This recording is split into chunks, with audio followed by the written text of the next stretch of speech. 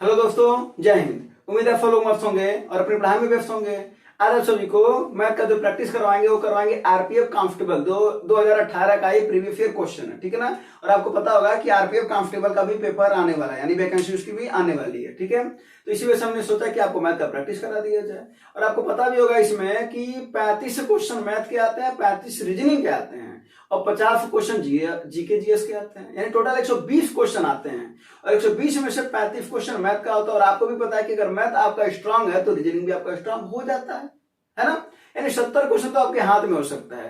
तो आइए जरा क्वेश्चन भी देख लिया जाए कि इसका क्वेश्चन है कैसा आता था। और इसमें से हमने कुछ क्वेश्चन को वहां से हटा दिया, यानी 35 में से हम आपको लगभग 25 क्वेश्चन आपको बताएंगे। जो बाकी क्वेश्चन वो उसी जैसा रिपीट किया था या बहुत आसान तरीके का क्वेश्चन था, ठीक है ना। और ये सभी क्वेश्चन उसी तरीके के हैं, लेकिन 25 क्वेश्चन को हमने आपको दिखा रहे हैं हम आपको, ठीक है। चलिए तो पहला क्वेश्चन लेते हैं और साथ साथ में ये लोग आप लोग भी लगाएंगे और आप लोग भी लगाएंगे, ठीक है। चलिए तो देखिए, जब एक साथ साथ में बीच बीच में बीआरपीएफ का वो भी बताते रहेंगे कि क्या है एलिजिबिलिटी उसकी, क्या है आपको पता 10+2 होता है, साथ साथ में बताते रहेंगे। क्वेश्चन भी लगे। पहला क्वेश्चन देखिए, पहला क्वेश्चन क्या कर रहा है। और आसान लेवल के क्वेश्चन दे जाते हैं, लेकिन एक चीज ध्यान दीजिएगा, अगर क्वेश्चन का लेवल आसान होता है तो क्या हो जाता है, मेरिट ऊपर चढ़ जाती है ना। इसका आंसर आ गया होगा। कितना आंसर है? 500। हाँ तो आप लोग भी जल्दी से लगाइए, इसका आंसर बताइए। देखिए क्या कर रहा है कि 425 रुपए में बेचा जाता तो 15% की हानि होती है, यही ना। तो 15% की हानि का मतलब क्या हुआ, 85% बचा अपने पास भाई। 15 हानि हो गया 100 में से, तो कितना बचा 85। तो 85 का वैल्यू कितना दे रखा है 425। तो क्या पूछ रहा है 100 की वैल्यू बताओ। क्रम 100 ही होता ना, तो क्या हो जाएगा 3 से 3 गुणा कर दो, 100 गुणे 425 बटा 85, यही ना। 17 कट जाएगा ना, ये 17 बचे 85 और ये 17 दूना 34, कितना बचा भैया 8। 17 बचे 85, 5 बचे 25, कितना है भैया 500। आप लोगों का सही है ना। तो ऐसे छोटे छोटे क्वेश्चन है, जल्दी में आप लोग भी प्रैक्टिस करेंगे, ठीक है। हाँ चलिए अगला क्वेश्चन देखिए। और कुछ क्वेश्चन अगर इसे बंद फकरने वाले होंगे ना तो उसको भी बताएंगे। दूसरा क्वेश्चन लगा तुरंत आंसर बताए। कह रहा दो छोटी संख्याओं का लघुत्तम इतना महत्तम इतना है, एक संख्या इतनी, तो दूसरी संख्या बताओ कितना है आंसर। इसे तो देख करके लगाया जा सकता है ना। फार्मूला क्या चलता है इसका, पहली संख्या गुणे दूसरी संख्या बराबर लसा गुणे मासा। हाँ देखो, जिस सवाल में टाइम देने वाला रहेगा उसमें टाइम देंगे, जिस सवाल को जल्दी से लगाने वाला हो जल्दी लगाओ भाई। इसमें क्या पता होना चाहिए, बस ये पहली संख्या दूसरी संख्या पता होना चाहिए, लसा मासा पता होना चाहिए, यही ना। 3 संख्या रहा तो पहली गुणे दूसरी गुणे तीसरी बराबर लसा गुणे मासा। कितना है भैया पहला 17 ना, एक संख्या 17, दूसरी नहीं पता है, लसा कितना है 153 है, मासा कितना है 17। शब्द को सब देख करके आंसर आ जाने चाहिए कि नहीं आने चाहिए। हाँ बोलो। चलो अगला सवाल लगाओ। नहीं, इसमें हाइट एक बार एफर्ट मांगता है, इसकी रेस थोड़ी अच्छी होती है ना। कह रहा है 9 से विभाजित किया जाए तो शेषफल क्या होगा, यही सवाल है। कितना आंसर आया 3, किसी का 3 आ रहा है। फिर देखते हैं, है ना। देखो एक तो तरीका है कि 9 से इसको काट लो इस तरीके से, कितना है 3 2 6 2 2। एक तो ये तरीका है, शेषफल पता चल जाएगा। अगला ये तरीका जब पता है कि 9 से काटने के लिए सभी अंकों का योग कटना चाहिए 9 से, यही ना। तो 3 + 2 + 6 + 2 + 2 ये कटना चाहिए ना। अब देखते हैं 3 2 5 6 11 2 13 13 2 15। 9 से काटेंगे तो 9 1 9, कितना बचा शेष कितना आएगा 3 नहीं होगा, है ना। शेष कितना होगा 6। और तो वो तरीका है सॉल्व करके, है ना। ये 3 से काटा तो 3 से भी कर लेते। 3 से क्या होता है, ये संख्या पूरी की पूरी कट जाती है, शेषफल शून्य आता है ना। 4 से कटने के लिए काटा तब क्या करते, तो अंतिम ये 2 अंक उतार लेते, 4 से काट देते, 4 बचे 20, कितना शेष बच रहा है। अगर 8 से काटा तब क्या करते, तो 3 अंक उतार लेते, है ना। कितना हो जाता है 8 सत्ते 56, कितना होता है यहाँ पर 6, फिर 62 हो जाता ना, फिर 8 सत्ते 6। तो फिर कितना आता है, कितना आता है 6 ही ना आता है। तब यहाँ पर 6 आता है। यानी हमने 9 से भी बता दिया, 3 से भी बता दिया, 4 से भी बता दिया और 8 से भी बता दिया, है ना। चलो क्या पता अगली बार ये वाला क्वेश्चन पूछ दे। प्रीवियस ईयर पेपर देखने पर ना जो प्रीवियस ईयर क्वेश्चन होता है ना, उससे एक आइडिया लग जाता है कि क्वेश्चन का लेवल कैसा और कैसा आता है, ठीक है ना। उससे तैयारी को पता चल जाता है कि हमको किस लेवल में तैयारी और करनी होती है। ये नहीं कि हो यही क्वेश्चन अब आएगा या इसी जैसा ही एकदम आ जाएगा, लेकिन उसका लेवल कुछ इसी जैसा रहेगा, है ना। तो अगला क्वेश्चन देखो, 16,800 रुपए पर 10% वार्षिक चक्रवृद्धि ब्याज की दर पर 2 वर्ष की अवधि के बाद धनराशि क्या होगी? बताओ, चक्रवृद्धि ब्याज है, आंसर जल्दी जल्दी बताओ।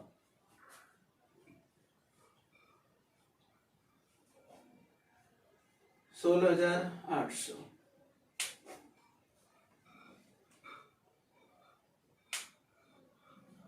तो बताया ना आरपीएफ का 120 क्वेश्चन होता है। हाँ, कितना है इसका आंसर? 20,328। 20,328। चलो देख लो, 16,800 रुपए पर 10% वार्षिक चक्रवृद्धि ब्याज की दर से 2 वर्ष की अवधि के बाद धनराशि क्या होगी? एक तो ये फार्मूला A बराबर P 1 + R/100 लगा दो भाई। P की वैल्यू पता, R की वैल्यू पता, N की वैल्यू पता। एक तो ये तरीका हुआ, है ना। और नहीं तो एक ये तरीका हुआ कि भैया चाहो तो देखो कह रहा 16,800 रुपया है और 10% वृद्धि हो रहा है, 2 बार तो कितना हो जाएगा? 110/100 और फिर एक बार और 110/100, या तो ये लगा दो, ठीक है। और नहीं तो एक तरीका इससे लगा सकते, दूसरा इससे लगा सकते हैं। नहीं तो एक बार तो 10% का रेट चल रहा है ना, कितनी बार के लिए? 2 बार के लिए। तो एक बात बताए हैं, A + B + AB/100 नहीं बताए हैं क्या? बताया ना। तो क्या हो जाएगा? 10 + 10 + 10 गुणे 10/100। तो ये सब पता होना चाहिए। 10% का 2 बार के लिए 21% होता है। एक बार जोड़ना है और एक बार क्या करना, उनका गुणा करके 100 से भाग देना है। वैसे 20 का रहता तो कितना हो जाता? 44 हो जाता। 20 20 40 और 20 गुणे 20/100, यही ना। 0 0 कट गया, कितना है भैया? अब 21% क्या है? ये अपने को क्या मिला है? ब्याज मिला। कौन सा? चक्रवृद्धि ब्याज मिला। कौन सा ब्याज मिला? चक्रवृद्धि ब्याज मिला। और अपना पास रुपया क्या है? 16,800। और क्या ज्ञात करना है इसका? मिश्र धन। तो 100 मूलधन 21 ये मिलकर के कितना हो गया? बात वही हुआ। देखो 2 0 2 0 कट जाता तो 11 11 में 121/4 यही तो आता। हाँ, बस अब इसी को सॉल्व करना है। 0 0 0 0 कट जाएगा, है ना। 1 8 8 इकाई 8। अच्छा, समय दे रखा है ना, तो गुणा करना ही पड़ेगा ना। 168 का और 121 का गुणा कर लोगे ना। हाँ, तो भाई इसमें कोई बात नहीं, इसका तो गुणा कर ही सकते हो, है ना। कितना है? 20,328 है ना। सही है ना? हाँ, है सबका। चलो अच्छी बात है। अगला बताएं। बताया ना कि कुछ बहुत जो सिंपल तरीके का कैलकुलेशन रहेगा वो आपको करना है, ठीक है ना। लेकिन कुछ कैलकुलेशन को एक इस तरीके से कि जल्दी से लगाया जा सके, वो वाला कैलकुलेशन हम जरूर बताएंगे, ठीक है ना। अगला क्वेश्चन लो। अगला देखो क्वेश्चन क्या करा। ये सब अच्छे क्वेश्चन होते हैं और सब लाइन, एक लाइन वाले सवाल होते हैं। ये सब 1 लाइन 2 लाइन, इससे ज्यादा वाले फॉल नहीं होते हैं। देखो, एक रेलगाड़ी है 473 मीटर लंबे पुल पर एक सिग्नल लगा है, उसी को पार कर रही है। 35 सेकंड का समय लेती है। यदि रेलगाड़ी पुल को पार करने में 78 सेकंड का समय ले तो रेलगाड़ी की लंबाई कितनी है? 385। अब बाकी लोगों का देखते हैं। और लोगों का आया? और लोगों का भी नहीं आ रहा। हाँ देखो, ये सवाल को थोड़ा सा जल्दी लगाना सीखें। जरा देखिए क्या है। ऐसे सवाल में कॉन्सेप्ट क्लियर होना ज्यादा जरूरी है ना। इसमें क्या बोल रहा है? देखो, ये एक रेलगाड़ी है। कॉन्सेप्ट पहले समझा लेते हैं इसका थोड़ा सा, ठीक है ना। रुक करके, ये क्या है? रेलगाड़ी है, ठीक ना। ये यहाँ पर सिग्नल लगा है मान लेते हैं। ये इसको पार कर ली तो कब मानोगे पार कर ली? जब ये यहाँ पर आ गए। बोलो हाँ या नहीं? बोलो। इधर इसी दिशा में जा रहा है रेलगाड़ी। रेलगाड़ी है ये, मान लेना, ठीक है।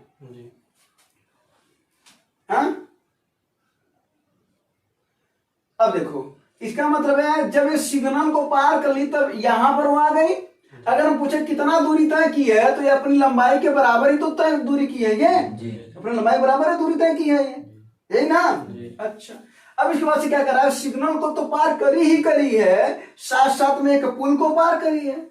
ये मान लेते हैं पुल है ना। ये क्या है भैया, पुल है। अब इसको कब पार करेगी, यानी ये वाली ट्रेन जब यहां आ जाए, बोलो हाँ तभी कहोगे। अब एक बात बताओ, अब यानी यहां पर जब ये आई ट्रेन तो ये पुल अपनी लंबाई पार करी है, बोलो। यानी कॉन्सेप्ट समझ में आया। पहले किसको पार कर रही है, सिग्नल को पार कर ली। उसके बाद से यही ट्रेन एक प्लेटफॉर्म है, सामने एक पुल है, सॉरी पुल है ना, पुल को पार कर रही है, यहाँ पर आ गई। यानी यहां से लेकर के यहां तक इसने दूरी तय किया ना। अच्छा, अब आओ समझ लेते हैं। 473 मीटर लंबा पुल है ये पुल कितना है, 473 मीटर, यही ना। कह रहा है एक सिग्नल को पार करने में 35 सेकंड लग रहा है। यानी जब सिग्नल को पार कर रहा तो ट्रेन को कितना समय लग रहा है, 35 सेकंड। कितना लग रहा है। अगर इसको अपनी दूरी को उसे पार करने में 35 लग रहा है तो यहां पर भी अगर बात किया जाए मात्र यहां पर, तो इसको कितना पार करने में लग रहा होगा, 35 तो लगेगा ना। बोलो भाई 35 यहां पर तो 35 यहां पर भी। अब क्या कर रहा है, पूरा का पूरा जब पुल को और इस पूरी लंबाई को पार कर रहा तब उसे कितना समय लग रहा है, 78 सेकेंड। बोलो बोला ना। 78 सेकेंड में क्या क्या है, पुल को पार कर रहा है और अपनी लंबाई को पार कर रहा है। तो 78 में से अगर हम 35 को माइनस कर दें तो पता चल जाएगा कि पुल को पार करने में कितना समय लगा होगा। भाई 35 में तो अपनी दूरी तय किया है, 78 में कुल ही, तो 78 में से 35 को घटा दो कितना आएगा, 43। कितना आएगा, तो 43 सेकंड में कितना दूरी तय कर रहा है, 473। ये कॉन्सेप्ट यहां तक बात समझ में नहीं आया तो तुरंत समझ लेना चाहिए था कि जो दोनों 78 सेकंड जो दे रखा है उसमें दोनों की लंबाई है, यानी ट्रेन अपनी लंबाई और पुल की लंबाई, और 35 में मात्र ट्रेन की लंबाई। तो सीधा सीधा उन समय का अंतर लेकर के पुल के बराबर कर लेना है, प्लेटफॉर्म के बराबर कर लेना जो दे रखा होगा। और अगर कह दो कि मान लीजिए दो चीज दे रखा हो तो कोई दिक्कत नहीं, दोनों की लंबाई ऐड कर देंगे, समय का अंतर ही लेंगे, है ना। तो कह रहा है तो बताओ ट्रेन की रेलगाड़ी की लंबाई कितनी है ना, कितनी है, 35 सेकंड के बराबर है। 35 सेकंड के बराबर है ना पार कर रहा वो, यहाँ पर भी है वही चीज। तो 35 सेकंड का वैल्यू पूछ रहा है, यानी 43 बराबर अगर इतना तो 35 बराबर कितना, क्या हो जाएगा 473 गुणे 35 बटा 43। कितनी बार कर जाएगा, 43 का नाम 43 का नाम, यही ना। 11 25 55, 11 3 33 और 5 385 मीटर, है ना। यानी कॉन्सेप्ट अगर क्लियर है कि कब वो किसको पार कर रहा है तो कितना लाइन का सवाल है, 2 लाइन का, तो उस लाइन में आपका आंसर आ जाएगा, है ना। चलो समझ में आया ना। अगला सर, अगला फल बता। ऐसा तो लगाने वाला फल ही नहीं है, बस 4 लाइन में दे रखा है। कितना आंसर है, 75। ऐसे सवाल का आंसर ऐसे देख करके तुरंत लगाना चाहिए, 75 ना। चलो और लोगों का, बाकी लोगों का देखो कह रहा है एक प्रतियोगिता में सफल होने के लिए औसत अंक 75 चाहिए। कितना चाहिए भैया अपने को, 75। ये औसत अंक चाहिए। कितना मिला, एक को 79, एक को कितना मिला, एक को कितना मिला 71। कह रहा अगले को कितना मिलना चाहिए, यही ना। अच्छा 75 पाने के लिए सभी को 75 तो पाना ही चाहिए था। हाँ ये कितना पाया, 4 ज्यादा पाया। ये क्या हुआ, कुछ नहीं, कोई परिवर्तन यहाँ पर नहीं है भाई। 75 से ये सभी लोग 75 पाएंगे ना जब औसत अंक कर रहा है। औसत का मतलब ये होता है सब में बराबर बांटा गया हो। तो ये 4 ज्यादा पाया है और ये 4 कम पाया है, यही ना। तो जब ये 4 ज्यादा पाया और ये 4 कम पाया तो ये दोनों तो ऑलरेडी औसत वाइन सभी लोगों का 75 तो ऑलरेडी चल रहा है, ये 75 पर चल ही रहा है। ये 75 पर और ये दोनों मिलकर के 75 पर चल रहे हैं। तो 75 अब हमको चाहिए तो मात्र 75 ना यहाँ पर ऐड करेंगे। हाँ अगर यहाँ पर 2 की कमी रहती तो 2 बढ़ाते, है ना। जी। दो ज्यादा रहता तो कम करते हैं, जी। बस 75। तो ये सब सवाल को देख कर आंसर लगाया जा सकता है ना।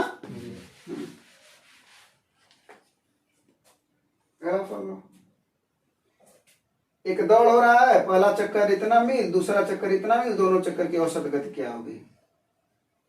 औसत गति बताओ। जिनको आ रहा वो लगाए, जिनको नहीं आ रहा वो एक फार्मूला देखना, अभी उनको भी आ जाएगा। औसत गति का फार्मूला क्या होता है? 2 गुणे पहली स्पीड गुणे दूसरी स्पीड बटे स्पीड 1 प्लस स्पीड 2, बस इसी को लगा दो, है ना। बताओ हमसे कितना है? इसी को रखना तो है, बस 2 चल है उनको रखना है, उसका आंसर बताना है। 672 है ना। पहली स्पीड कितनी है? 560। दूसरी कितनी है? 840। 840। इन दोनों को जोड़ोगे कितना आ जाएगा? 8 5 13 1400, है ना। 2 0 2 0 कट गया, 14 चौके 56, 4 दूना 8 और 8 चौके 32, इकाई फपा दो है, चलो 8 इकाई 64 और 3 67, 672। ये था जी। 672 ऑप्शन नंबर चौथा, है ना जी। तो ये औसत गति नोट कर लो भाई, है ना।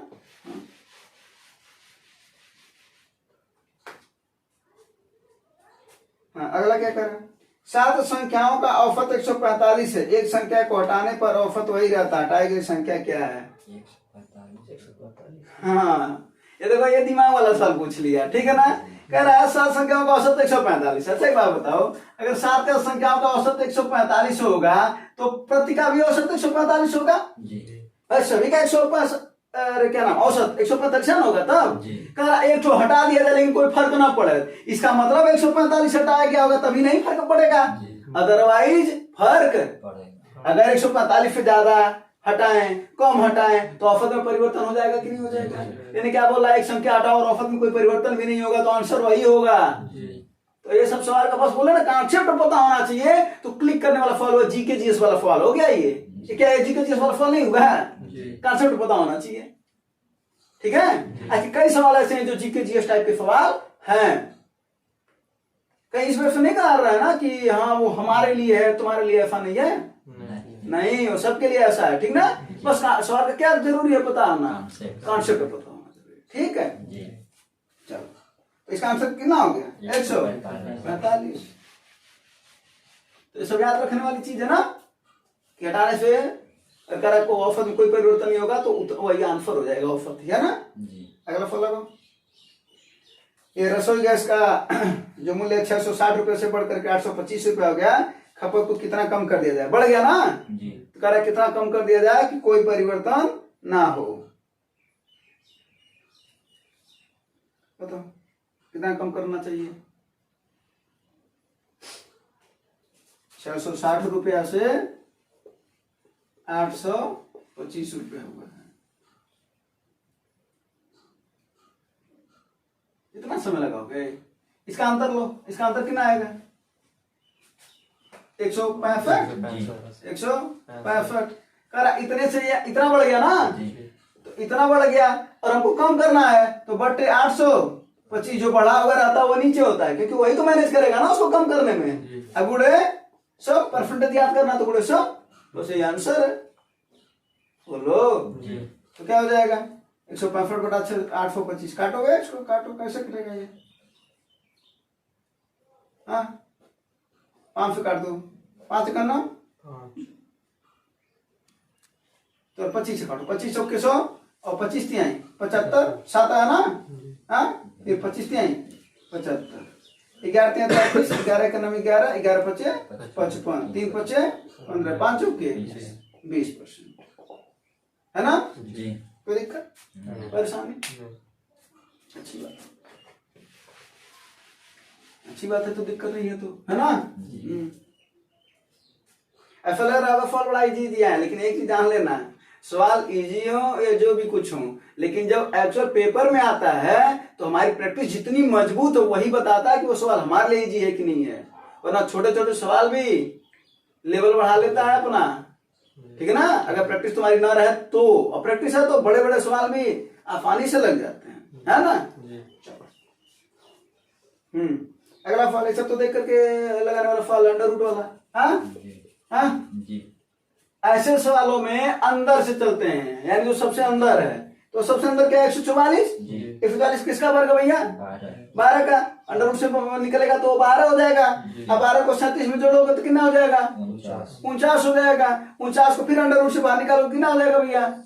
7 हो जाएगा। फिर 368 में से अब 7 को माइनस करोगे, तो जब 7 को माइनस करोगे कितना आएगा? 361। और 361 फिर अंडर रूट में है, फिर बाहर करोगे कितना हो जाएगा? वो 19 हो जाएगा। कितना हो जाएगा? अब 140 में से 19 घटाओगे तो कितना आएगा? और 121 अंडर रूट में 121 का मान कितना होता है? बताओ। तो ऐसे सवाल को कहां से लगाना? देखो ऐसे सवाल जो प्रैक्टिस किए ना उनको आते हैं, लेकिन जो शुरुआत कर रहे हैं उनको थोड़ा सा प्रॉब्लम करता है कभी कभी। तो वो लोग ध्यान दें कि ऐसे सवाल को कहां से लगाते हैं? अंडर रूट पे, अंदर वाले पार्ट से शुरू करते हैं, ठीक है। चलो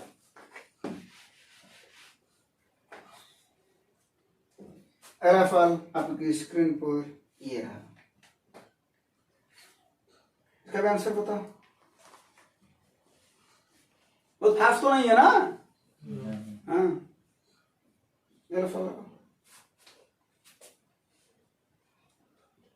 आरपीएफ का अगर किसी को सिलेक्शन लेना है तो सबसे पहले अगर वो आंसर आएगा कितना? 9400। आरपीएफ में अगर किसी को सिलेक्शन लेना है तो सबसे पहले अगर उसे चाहता है कि वो नहीं हमें आरपीएफ में जाना है, कांस्टेबल में जाना है अगर, तो सबसे पहले तो रेस को भी मेंटेन करके, क्योंकि इसका रेस अच्छा खासा होता है, ठीक है। ये जान लेना। 1600 मीटर की दौड़ होती है, ठीक है। 5 मिनट 45 सेकंड का समय दिया जाता है, तो अच्छा समय है। आर्मी वाले निकालते हैं 5 मिनट में, है ना। तो अच्छा खासा समय होता है। लॉन्ग जंप होता है, हाई जंप होता है, ये सब चीजें होती है इसमें। परीक्षा में देख ही रहे हो 120 क्वेश्चन होते हैं, समय होता है अच्छा खासा, ठीक है ना। 90 मिनट है, 90 मिनट है ना। 90 मिनट में 120 क्वेश्चन, तो समय ठीक है, लेकिन बहुत तो ये नहीं है कि तुरंत ही बड़ा आसान है ये, है ना। तो ऐसे में इस परीक्षा को निकालने के लिए मैथ और रीजनिंग मजबूत होने के साथ साथ गलतियां ना के बराबर होनी चाहिए। और उसके लिए सबसे पहले काम क्या करना चाहिए? प्रीवियस ईयर क्वेश्चन जहां से मिल जाए उसको उठा करके पूरा का पूरा कहानी उसकी खत्म कर दो, पहले उसको खत्म कर दो, प्रीवियस ईयर क्वेश्चन को। इससे पता चल जाएगा कि अब हमारी तैयारी में बचाव क्या है, मैंने बच क्या रहा है। जीके जीएस को कहां से पढ़ा?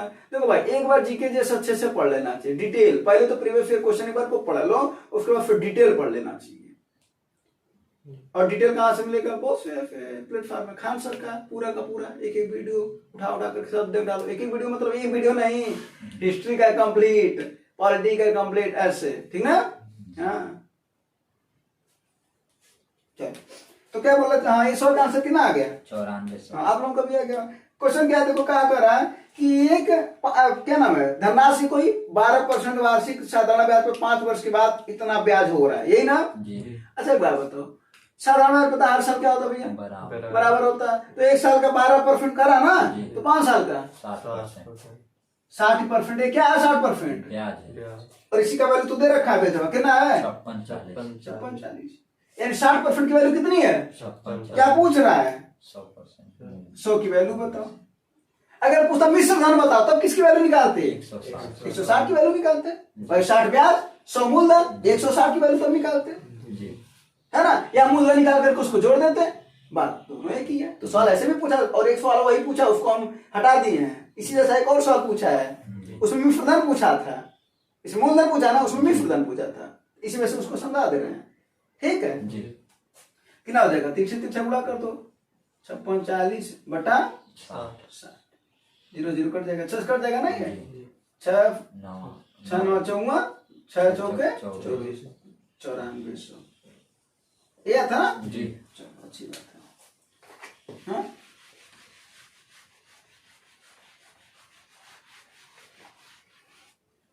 तुम लोग भी तेज हो गए वहां।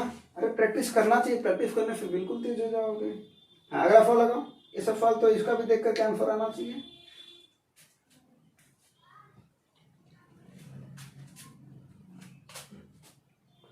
ऐसे सवाल कर देख करके आंसर आता कि नहीं आता है?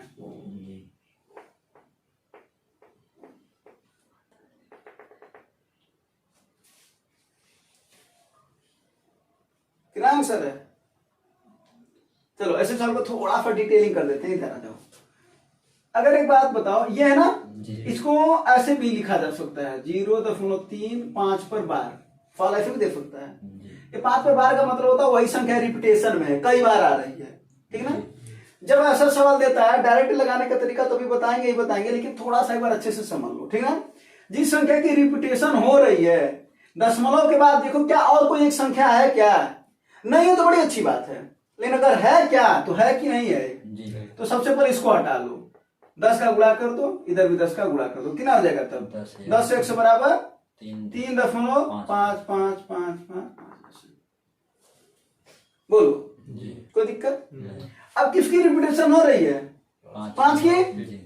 तो इस एक जिसकी रिपीटेशन हो रही है, एक ही संख्या अंक है ना जिसकी रिपीटेशन हो रही है, तो फिर उसका 10 का गुणा कर दो। क्यों 10 का गुणा कर रहा है? ताकि वो संख्या दशमलव के इधर चली जाए तो कितना हो जाएगा? 100x बराबर 35.5555, ठीक है। ऐसा क्यों किए वो बता देते हैं। दशमलव के बाद जब देखो जरा सा, अब संख्या क्या हो गई है? बराबर हो गई है। दशमलव के बाद संख्या क्या हो गई है?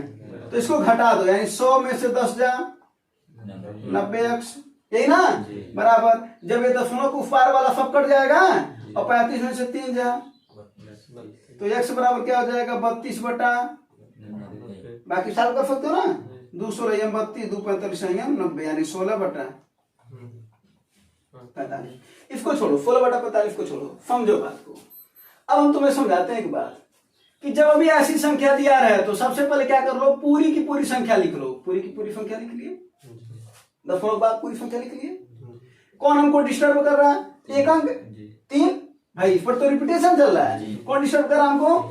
उसको माइनस कर दो, जो डिस्टर्ब कर रहा है उसको माइनस कर दो, बटा कर दिया। बोलो जी। अब देखना, जिस पर बार है, कितनी संख्या पर बार है? एक संख्या पर ना, तो 1 9। अब कितना अंक डिस्टर्ब कर रहा है?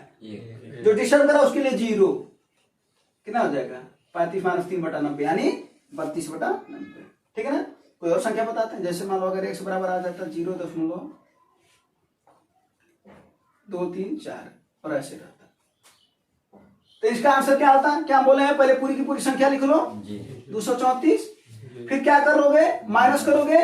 किसको माइनस करोगे? जो डिस्टर्ब कर रहा है उसको। कौन डिस्टर्ब कर रहा है? 2 बटा कितनी संख्या पर बार है यहाँ पर? 2 तो कितनी बार? 9 और कोई डिस्टर्ब कर रहा है कि नहीं? कर रहा है। एक देखो, एक अंक है ना, तो उसके लिए 0, तो क्या हो जाएगा? 232 बटा 990। क्लियर? कोई एक और सवाल देता? अगर कहता है ऐसे, तो इसका वैल्यू बताओ, तो क्या हो जाता है? पहले पूरा अंक लिख देते हैं, पहले पूरा अंक लिख देते हैं, फिर माइनस करते हैं। दशमलव बाद कोई डिस्टर्ब कर रहा है क्या? बार के अलावा, तो 0 करेंगे, बटा कितने अंक हैं? 2। जिस पर बार है तो बटे 2 बार 9, जिस पर बार 9 डबल 9 होगा, ट्रिपल 9 होगा, मतलब जितनी संख्याओं पर है, 2 संख्याओं पर है ना, डबल 9। दशमलव बाद कोई और अंक है क्या? नहीं, तो बस यही हो जाएगा, यानी 35 बटा 99। बोलो जी। अच्छा, कोई और संख्या दे देते हैं, 1.023। इसका देखो, डायरेक्ट बताओ इसका आंसर क्या हो जाएगा? क्या लिखोगे?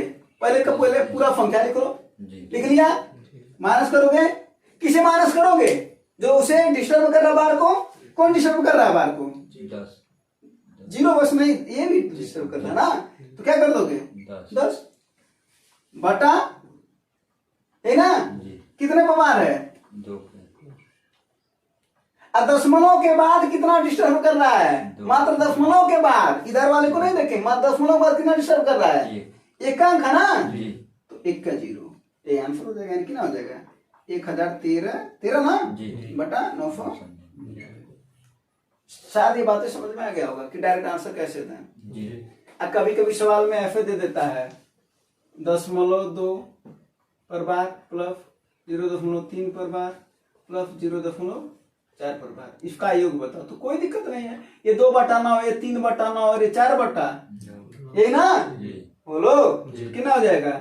2 बटा 9 प्लस 3 बटा 9 प्लस 4 बटा 9, एलसीएम कितना हो जाएगा? 9 2 3, 5 4 9 9 बटा 9 कितना आया? 1 हाँ, और ऐसे सवाल आते हैं, ठीक है ना।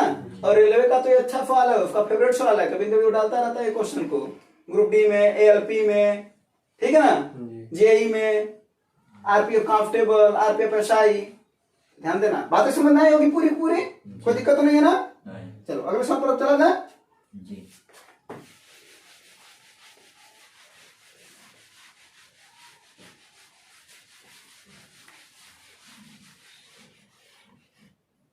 अगला देखो, कह रहा अल्फा और बीटा की आयु का अनुपात 2:5 है, उनकी आयु का अनुपात 245 है। ये सब तो देखकर लगाने वाला होगा, आंसर आ गया होगा जी। कितना? 105 बहुत बढ़िया।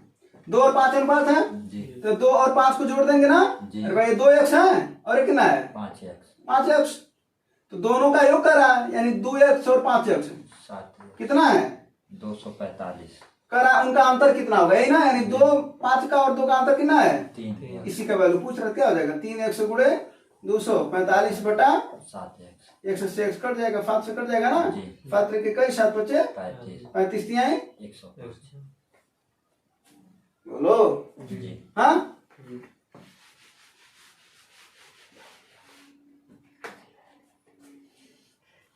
कह रहा कौन सी संख्या 12 से विभाज्य है? देखो, कह रहा कौन सी संख्या 12 से, जो 12 से कटेगा वो 3 और 4 दोनों से कटेगा। जी। आप 5 चीजें 4 से देखना, क्योंकि 4 में अंतिम केवल 2 अंक देखते हैं। जी। बोलो जी। अब अंतिम 2 अंक देखो, सबका 24 है और कितना है? 26 है और कितना है? 22 और 25 ये कटेगा नहीं यही बार कटेगा, जी। यानी क्या हो जाएगा? पहला ऑप्शन। 4 से कटने के लिए अंतिम 2 अंक कटना चाहिए ना, जी। तो अंतिम 2 अंक किसका कट रहा? पहले ऑप्शन का मात्र, जी। तो वही बार 12 कटेगा, क्योंकि 12 कटने के लिए 3 और 4 दोनों से कटना पड़ेगा उससे, जी। है ना। चलो समझ में आएगा ये बात। जी। ऐसे सवाल कई बार प्रैक्टिस करवा चुके हैं, अब प्रैक्टिस कंटिन्यू देखिए तो क्वेश्चन को आपको पता चलेगा। आपको बता भी चुके हैं कि पर डे 15 क्वेश्चन 20 क्वेश्चन की प्रैक्टिस आपको कराई जाती है ना, तो महीने में आपका 500 क्वेश्चन आपको बन रहे हैं। और अगर एक महीने में अगर आप हमसे 6 महीने में जुड़ेंगे तो आपको कितने क्वेश्चन बनेंगे? 6 बच्चे 30 4000 लगभग आपके पास क्वेश्चन होगा। और दूसरे समझ जो क्वेश्चन बताते वो अलग, वो तो समझ लीजिए ये मूलधन है और वो क्या है? ब्याज है ना।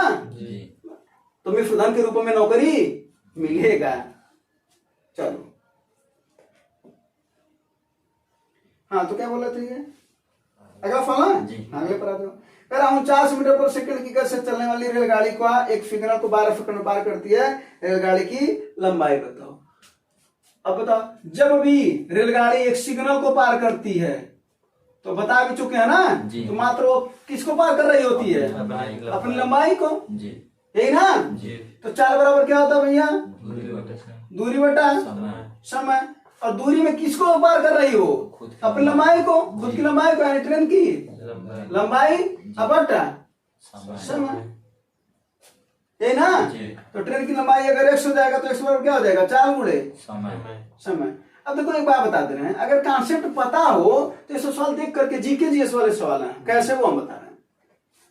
अगर आपको कॉन्सेप्ट पता है कि ट्रेन सिग्नल को पार करती है तो अपनी लंबाई को पार करती है, ट्रेन की लंबाई पूछ रहा है, सीधी सी बात, जब लंबाई पूछता तो क्या हो जाएगा? 4 गुणे समय हो जाएगा। ये माइंड के अंदर चलता है ना। कॉन्सेप्ट किसको लिखोगे? ये हम लिखे हैं तुम्हें समझाने के लिए, क्या तुम भी लिखोगे उसे समझाने के लिए एग्जामिनर को? नहीं ना। तो जब कॉन्सेप्ट पता है कि अब हमको 4 और समय का गुणा करना है तो भाई साहब इकाइयों के वादे को सबके सब अलग चल रहा है, चला ना। मात्र इकाई अंक से खेल लो, काम बन जाएगा। यानी कि ना 9 इकाई अंक है 49 का, इसका 2 है, 9 दूना इकाई अंक, लेकिन फिर भी क्या करते हो? गुणा। 49 गुणे 12, 12 9 108 के 8 हाथ में आया 10, फिर 12 चौक 48 करते हो ना। तो ऐसे सवाल जब कॉन्सेप्ट बता दो जी के जिस वाला फल नहीं हुआ, 9 दूना 18 इकाई अंक का, वैसा ही है। इसी वजह से सब सवाल को बता रहे हैं, इस वजह से नहीं बता रहे हैं कि ये छोटा सवाल तो है ही, अगर कॉन्सेप्ट पता है तो। अनेक पता तो छोड़ने वाला सवाल हो जाएगा भाई, है ना जी। चलो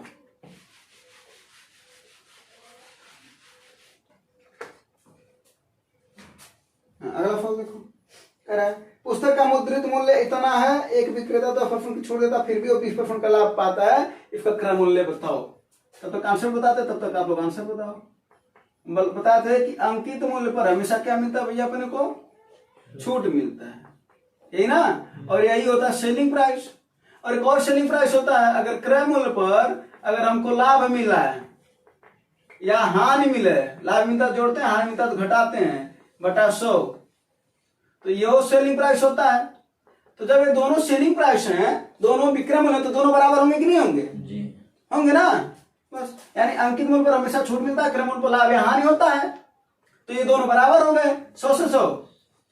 ये सवाल इतना अच्छा सवाल होता है, माने ये वाला कॉन्सेप्ट, कि अगर ये चारों एक ही सवाल में आए तो याद कर लेना कि यही वाला कॉन्सेप्ट लगेगा। जी ठीक है ना। ऐसे बहुत सारे सवाल बनते हैं, बहुत सारे सवाल बनते हैं इस पर। जब कॉन्सेप्ट बताएंगे डिटेल में तो और इसको बताएंगे अच्छे से, ठीक है ना। जी तो ऐसा नहीं कि और अच्छे से बताने का मतलब यहाँ पर अच्छे से नहीं बता रहे हैं, ऐसा नहीं है, ठीक है ना। कहने का इसमें मतलब देखो, एक सवाल पूछा क्रय मूल्य ना, हो सकता है क्रय मूल्य दे करके अंकित मूल्य पूछ दे, बाकी 3 दे दे, हो सकता है छूट दे दे, बाकी छूट पूछ दे, बाकी 3 दे दे, 4 सवाल तो इसी में 3 दे करके कोई चौथा पूछे। जी तो अंकित मूल्य कितना है? मुद्रित मूल्य को अंकित मूल्य बोलते हैं। 3900, 10% छूट है तो 100 में 10 जाए, 90 बराबर। क्रय मूल्य ज्ञात करना है, जी। यही ना। एक रंग का देखो ऐसे एक रंग में सॉल्व बन रहा है। और क्या है, लाभ हो रहा है कि हानि हो रहा है? लाभ गिनना 20% का, तो ऐड हो जाएगा ना ये 120। अब इसी को काट दो, 0 से 0 कटा, ठीक है ना। या ऐसे काट दो, 30 3 90, 30 चौके 120, वही 3 3 9 3 बात हुई। 4 से कटेगा ना ये, हाँ। 4 से कितनी बार में इसको काटोगे? 25 बार में। कितनी बार में? 25 बार में। कितना हो जाएगा ये? 39 गुणे 25 गुणे 3 आया ना, बराबर क्रय। इकाई सबका 5 आया क्या? हाँ सबका है। देखो 25 थी आई, 75 तो 39 गुणे 75। अगर गुणा करना तो इसको 40 मान लो, इसको क्या मान लो? 40 माइनस 1 गुणे 75। अब देखो 75 का 4 बार गुणा करना आसान है, क्योंकि 75 दूना 150 और 150 दूना 300, यानी कितना हो जाएगा ये? 3000। अब 3000 में से कितना घटा दोगे? मात्र 75 घटा दो, 2925, सही ना। पूरा ऐसे ही करना चाहिए जल्दी में। लेकिन इसकी प्रैक्टिस आप लोग कर रहे हैं, क्योंकि जितनी प्रैक्टिस आप लोग करेंगे उतना ज्यादा फायदा आपको होगा, ठीक है ना। क्योंकि वहां पर ना ये सब जाकर के भूल जाता है, फिर वहां पर वही हम कमा करते हैं 39 गुणे ऐसे 5 9 45, 45 के 5, फिर ये 4 लिखना पड़ता है ना। फिर 5 15 4 19 ऐसे कुछ करना पड़ता है, ठीक है। और जब प्रैक्टिस हार्ड तरीके का रहेगा, माने मेहनत बहुत तगड़ी रहेगी, तो ऐसा नहीं करना पड़ेगा। अगला सवाल, एक डिब्बे में कलम पेंसिल रबड़ का अनुपात 3 2 और 1 है, और उसका मूल्य दे रखा है और कुल रुपया दे रखा है, इतने रुपया में फल लिया गया है, तो बताओ उसकी संख्या कितनी है? बताओ।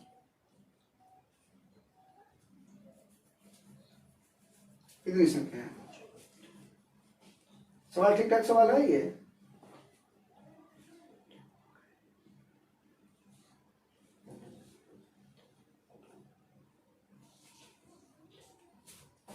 ठीक ठाक सवाल का मतलब ये नहीं है कि बहुत लेवल का सवाल है, समझने वाली बात है। उनकी संख्याओं का अनुपात दे रखा था, ये ना। कलम,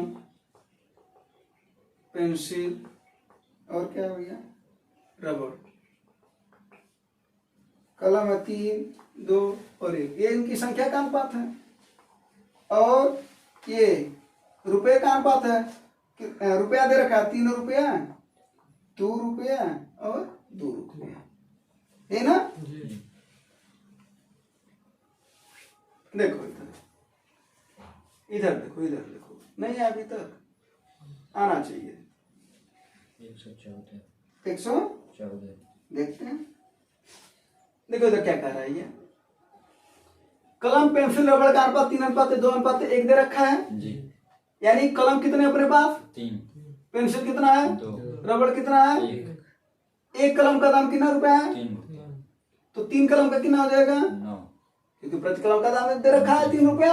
अरे भाई जाते हो दुकान से बिस्कुट खरीदने जाते हो ना जी, हाँ, तो 5 रुपए का अगर बिस्कुट रहा तो 10 रुपए होते हैं, तो कितना बिस्कुट लेकर के आओगे?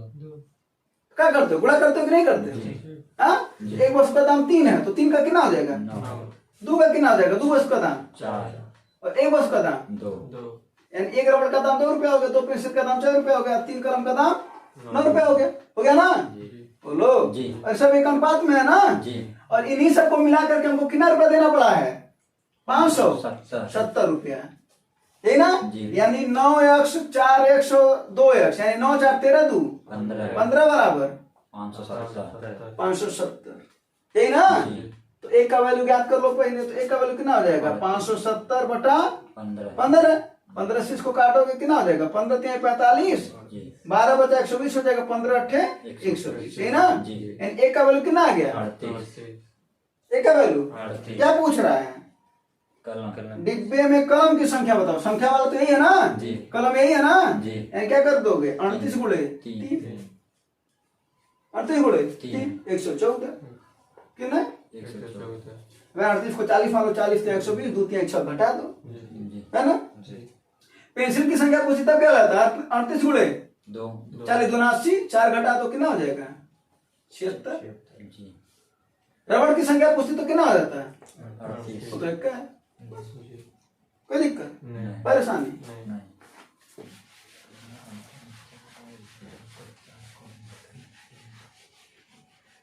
इसको किसी को नोट आउट तो नहीं करना रहता ना कि नोट करना है? हाँ, प्रैक्टिस है, बस जल्दी में करना है ना? जी। और ऑनलाइन वाले को तो अच्छा है, वीडियो को बैक करके देख सकते हैं ना? जी।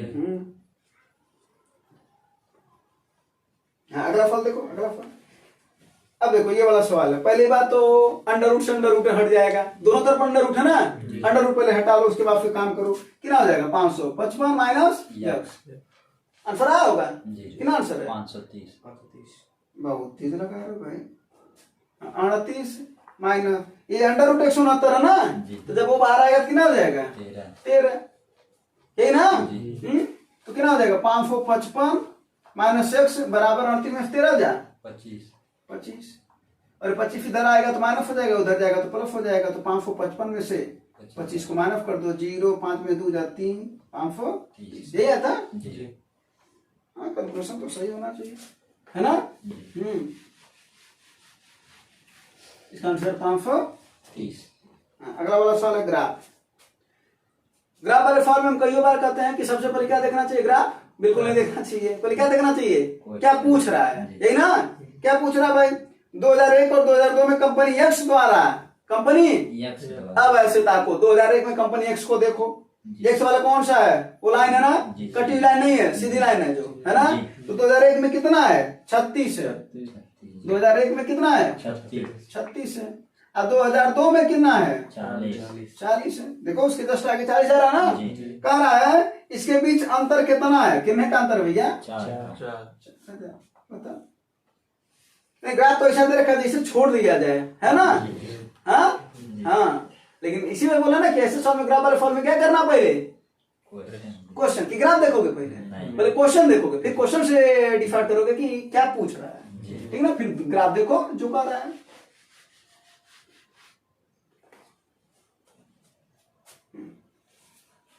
हाँ बताओ, इस सवाल को बताओ। 212 रुपए में खरीद रहा है, क्रय मूल्य 212 है। हाँ, कई बार बता चुके ना? अगर अब अभी ये सब दिक्कत हो रहा हो तो भाई थोड़ा और प्रैक्टिस बढ़ाओ अपनी, है ना? इससे मैथ में प्रॉब्लम है, वो एक बात समझ ले, कम से कम उसे 3 घंटा लगाना चाहिए। अब आप लोग क्या करते हो कि नहीं आ रहा तो लगा कैसे? लगाओगे नहीं तो आएगा कैसे? ये भी तो बात है ना? तो लगाना तो पड़ेगा ही, है ना? छोटे छोटे सवाल से शुरू करो, कोई पढ़ रहा हो अगल बगल, अगर वो अच्छा खासा पढ़ रहा हो तो उससे शुरू करो, है ना? उसके बगल में बैठो, कुछ सवाल पूछो उससे, कैलकुलेशन से शुरू करो। ऐसा तो है नहीं कि तुम कुछ नहीं जानते हो, ये तो है ही नहीं। अगर तुम कुछ नहीं जानते हो तो तुम तैयारी भी नहीं करते, ये भी सही है, है ना? तो इसका मतलब है तुम कुछ न कुछ जान रहे हो। तो बैठो 2 से 3 घंटे, 3 घंटे तो बैठो ही बैठो, उसके बाद फिर देखो कुछ दिन के बाद से, ठीक है? फिर तुम नहीं कहोगे कि हमारा भी मैथ कमजोर है, फिर कोई और कहेगा, फिर तुम उसे समझाओगे। चलो विक्रम कितना है? 265। वैसे भी ये उम्र समझाने का नहीं है, ज्यादा समझने का उम्र है ना? हाँ, समझ करके पहले नौकरी ले लो, जब नौकरी मिल जाएगा तो अच्छा तब समझाना। हाँ ठीक है, तब समझाना। तो आप देखो क्या पूछ रहा है लाभ अब 212 से 265 हुआ तो भाई जाहिर सी बात अपने को लाभ हो ही रहा है। कितने रुपए का लाभ हो रहा है? 53 रुपए का। कितना किस पर लाभ होता है हमेशा? क्रय मूल्य पर, ये ना अगुड़े 53 से 4 बार में कट जा रहा है ना। 50 चौक के 100, हाँ 3 चौक 12, 4 से 25 बार में कितना फायदा हो रहा है? 25% का लाभ हो रहा है, ये ना जी। अगला सवाल,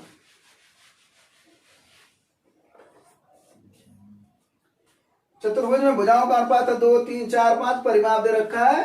परिमाप बता भी चुके होंगे कि सभी भुजाओं को जोड़ दो तो वही क्या होता है? परिमाप होता है। आंसर आ गया होगा जी। कितना आंसर है? 80। हाँ 2, 3, 4 और 5 का अनुपात दे रखा है ना जी। तो क्या परिमाप करता है? परिमाप का नियम क्या कहता है? सभी को जोड़ दो, है ना। परिमाप का मतलब ही यही होता है। चतुर्भुज का मतलब मान लो ऐसे है कोई, ये देखो बराबर नहीं है, ये सब भुजाएं अलग अलग हैं, ठीक है जी। हाँ सब भुजाएं अलग अलग हैं, तो इसका परिमाप क्या होगा? परिमाप का मतलब इसको जोड़ दो, यानी ए से बी जोड़ दो, फिर बी से सी को जोड़ दो, सी से डी को जोड़ दो और डी से, इन्हीं सभी को जोड़ दोगे तो क्या हो जाता है? परिमाप निकल जाता है। तो 2, 3, 5, 9, 5, 14 बराबर 560 दे रखा ना। परिमाप ही तो दे रखा है, तो एक का वैल्यू ज्ञात कर लो। तो एक बराबर क्या हो जाएगा? 560 बटा 14 कितना हो जाएगा? 40। यानी एक का वैल्यू कितना मिल गया? 40 कितना मिल गया? 40। क्या पूछ रहा है? सबसे छोटी कितना है? सबसे छोटी भुजा 40 दूना 80। अगर पूछता सबसे बड़ी भुजा होता तब 200, है ना। सबसे बड़ी भुजा सबसे छोटी भुजा का अंतर बताओ, तो 5 और 2 का अंतर कितना? 3। तो 3 चौके यानी 120। समझा ना? सवाल कुछ भी पूछ सकते हो, ठीक है। अगर कह देता चतुर्भुज में भुजाओं का अनुपात ये 2 अनुपात 3 अनुपात 4 अनुपात 5 दे रखा ना। अगर कह देता कोणों का अनुपात इतना है तो सबसे छोटा कोण बताओ, बड़ा कोण बताओ, तब क्या करते हैं? तो सबको जोड़ देते हैं। कितना आता है यहाँ पर? 14 ना। हाँ तो 14 बराबर हो जाता है 360, क्योंकि चतुर्भुज में कितना का कोण बनता है? 360 का। तो इसका ज्ञात करते हैं, है ना। दफोनम आता बस इतना, तो वहां पर 360 कर देते हैं। यानी चतुर्भुज के अंत कोणों का कितना होता है? 360। त्रिभुज के 180। सब याद रखे रहना, है ना। हाँ अब बोल बोल के प्रैक्टिस करोगे तो थोड़ा याद भी रहता है ना। चलो 90 सेंटीमीटर विकर्ण वाले वर्ग का क्षेत्रफल बताओ। देखो एक तो वो तरीका है कि ए और इसका विकर्ण क्या होता है? a√2। एक तो तरीका होता है कि पाइथागोरस थ्योरम से लगाओ। बोलो तो विकर्ण दे रखा है, विकर्ण का स्क्वायर बराबर इसका स्क्वायर धन इसका स्क्वायर। बोलो यही ना। एक तो ये तरीका है, तो विकर्ण का वैल्यू कितना दे रखा है? 90 का स्क्वायर बराबर पहले का स्क्वायर धन दूसरे का स्क्वायर, तो 90 का स्क्वायर बराबर बोलो यहाँ पर कितना हो जाएगा? 2a square. हाँ जी। तो अगर एक बात बताओ 90 का स्क्वायर बटा 2 कर दें तो क्या हो जाएगा? a square. एक बात बताओ a स्क्वायर है क्या? अरे मारेंगे अभी, वर्ग का क्षेत्रफल होता है जी। तो यही याद करना है, तो फार्मूला बन गया क्या? विकर्ण का स्क्वायर बटा 2, यानी वर्ग का क्षेत्रफल का फार्मूला क्या बन गया? विकर्ण का स्क्वायर बटा 2।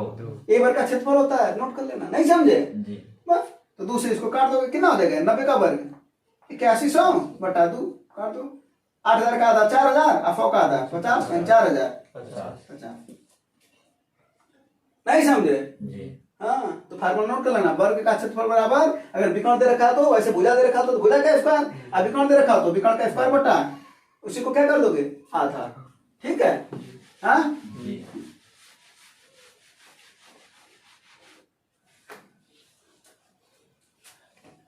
अगला फॉल है, देखो बस कितने 1-2 और फॉल है ना। 11 खिलाड़ियों का औसत वजन 102 है। जब कोच का वजन जोड़ दिया जाता है तो 1 किलोग्राम बढ़ जाता है। ऐसे में बताया था ना क्या? नया बराबर मूल प्लस परिवर्तन बताया था ना। आंसर आ गया होगा 114 सही होगा। देखते हैं कितना है? 102 मूल कितना है? औसत वजन सभी का मूल में 102 है। परिवर्तन में वृद्धि हो रहा है कि कमी हो रहा है? तो बढ़ेगा, तो यानी जुटेगा ना। 11 लोग पहले थे एक कोच साहब आ गए, कितने हो गए 12 लोग। अब में कितने का वृद्धि हुआ एक एक का, तो 12 गुणे एक, बस इसी को जोड़ दो 102 और 12 100 है ना। जी कमी होता तो घटा देते, जी अरे की कमी हो जाता तो हटा देते। तो 1 4 आ जाता। तो दोनों साल पूछ सकता है ना इसमें, जी तो 2 साल पूछ सकता है, नोट कर लेना, ठीक है। जी चलो करा 94 सेंटीमीटर भुजा वाले समबाहु त्रिभुज का क्षेत्रफल बताओ। अभी कल ऐसे समबाहु त्रिभुज का क्षेत्रफल बताए थे, क्या बताते समबाहु त्रिभुज का क्षेत्रफल? करने में 3/4 गुणे भुजा स्क्वायर, भुजा स्क्वायर, बात खत्म है ना। कर्ण 3/4 गुणे भुजा का वैल्यू कितना है 94 94 गुणे 94 2 दूना 4, दूसरे काटो कितनी बार में कटेगा 47 बार में, फिर दूसरे काटो फिर 47 बार में कटेगा। 45 का वर्ग बता दो कितना हो जाएगा, वर्ग निकालना बता थे एक बार ना। हाँ जी कैसे निकालते हैं, 4 का वर्ग 16 7 का वर्ग, 4 इन तीनों संख्याओं को गुणा कर दो, 4 7 28 28 दूना 56, जी एक अंक छोड़ के लिखो 9 6 4 10 6 5 11 1 12 1 1 2 2200, तो 2209 करने में 3 तो दिक्कत नहीं परेशानी। फार्मूला नोट कर लेना, कल बताते इस फार्मूले पर, है ना। जी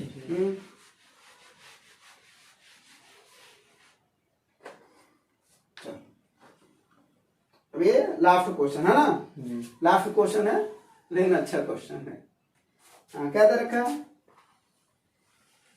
आयत की चौड़ाई दे रखा है, मान लो चौड़ाई ये है 195 दे रखा है, जी हाँ, जी और ये लंबाई मान लेते हैं, इसका विकोण दे रखा है, विकोण कितना 507 ये ना। जी अब इधर देखो क्या होता है फार्मूला, ये अगर यहाँ पर देखा जाए तो पाइथागोरस थ्योरम बन रहा है कि नहीं बन रहा है, बन रहा है ना। जी तो विकोण का स्क्वायर बराबर लंबाई का स्क्वायर चौड़ाई का स्क्वायर प्लस चौड़ाई का चौड़ाई का स्क्वायर, यही ना। हमको लंबाई चाहिए, चौड़ाई को दर करेंगे तो माइनस हो जाएगा, यानी क्या हो जाएगा 507 का वर्ग माइनस 195 का वर्ग बराबर लंबाई का चौड़ा लंबाई ज्ञात करना है ना। एक तो वो तरीका है ए स्क्वायर माइनस बी स्क्वायर लगा दो, फार्मूला क्या होता है ए प्लस बी और ए माइनस बी। पहला तरीका तो वो है कि 507 का वर्ग करो 195 का वर्ग करो, उसमें से घटाओ, फिर वो किसी न किसी संख्या का वर्ग होगा। पहला तरीका तो है। हाँ दूसरा तरीका यह है कि इसको ए प्लस बी ए माइनस बी कर दो, एक बार दोनों को जोड़ दो और एक बार दोनों को घटा दो, फिर उनका गुणा करोगे, एक बार खंड कर दो उसका, तब उसका अंडर उठाएगा। एक और तरीका भाई इकाई अंक देख लो ना, कहीं का ज्यादा परेशान हो। 7 का इकाई अंक क्या आएगा, 7 का वर्ग करोगे तो इकाई अंक क्या आएगा 9। अब 5 का जब वर्ग करोगे तब इकाई अंक कितना आएगा 5। तो माइनस करोगे कभी कभी, अरे भाई जब इसका वर्ग करोगे और इसका वर्ग करोगे तो इकाई अंक को घटाओगे कि नहीं कभी कभी, तो 9 में 5 जा 4, और 4 किसके वर्ग के इकाई अंक में आता है भाई, इकाई अंक 4 आना चाहिए ना। तो कौन सा है 3, एक है 3, ऑप्शन में 433 है ना, एक है 3, 3 का इकाई अंक क्या होगा 9, वर्ग करोगे तो 3 का 9, पहला कैंसिल। दूसरा 6 का इकाई अंक 6 में होता है, 4 चाहिए हमको, फिर क्या है 8, 8 9 64 बन रहा है। चौथा ऑप्शन देख लेते हैं, 6 का 36 खत्म, यानी 6 आएगा ना, यानी कौन सा होगा 468। अब एक बात बताओ, अगर तुम्हें कॉन्सेप्ट पता है इतना भी नहीं करना पड़ेगा, मात्र तुम्हें कॉन्सेप्ट इतना पता है कि विकर्ण के वर्ग में से इसके वर्ग को घटाना है लंबाई के वर्ग को, है ना, उसका इकाई अंक से खिलवाड़ कर लोगे। 9 का कितना हो जाएगा 9, ये 7 का वर्ग 9 और वो इकाई अंक 9, इसका 5 आएगा, 9 में 5 4, इसका 4 होता है, यही ना। ये सब कुछ सवाल थे, उम्मीद है आप लोगों को भी समझ में आया होगा। धन्यवाद, जय हिंद।